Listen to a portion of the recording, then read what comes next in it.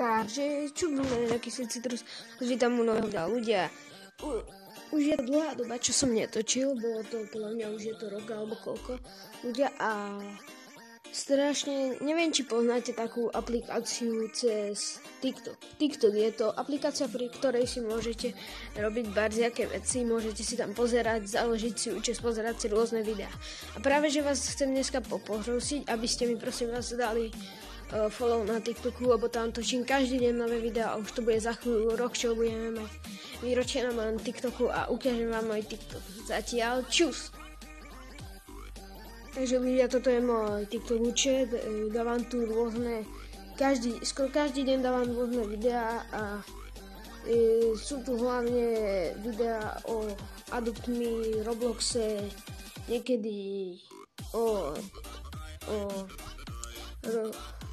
Bravo Stars, napríklad toto video.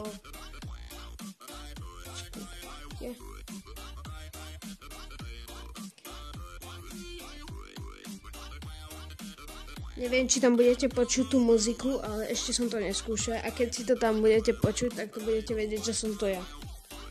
Lebo je tu moc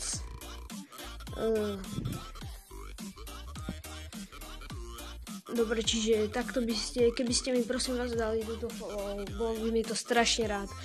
Máme dobrú kategóriu 1169 sledujúcich, 4888 lajkov, prosím vás, ak by ste to napravili, nemusíte to tam vôbec dávať, ale keby ste mi to tam dali, veľmi by ste ma podporili a dali by ste mi ten follow, takže by sa videá ukazovali vo For You aj inakším než vám. Takže zatiaľ čus!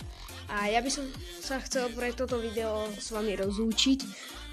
Vyjdú videá aj z inakších hier, nebojte sa, už som neskončil s YouTubeom. No. A ešte ho furt mám, len že keď tie odbery idú dole, tak kvalita a aktivita a takže ľuďom sa nechce točiť.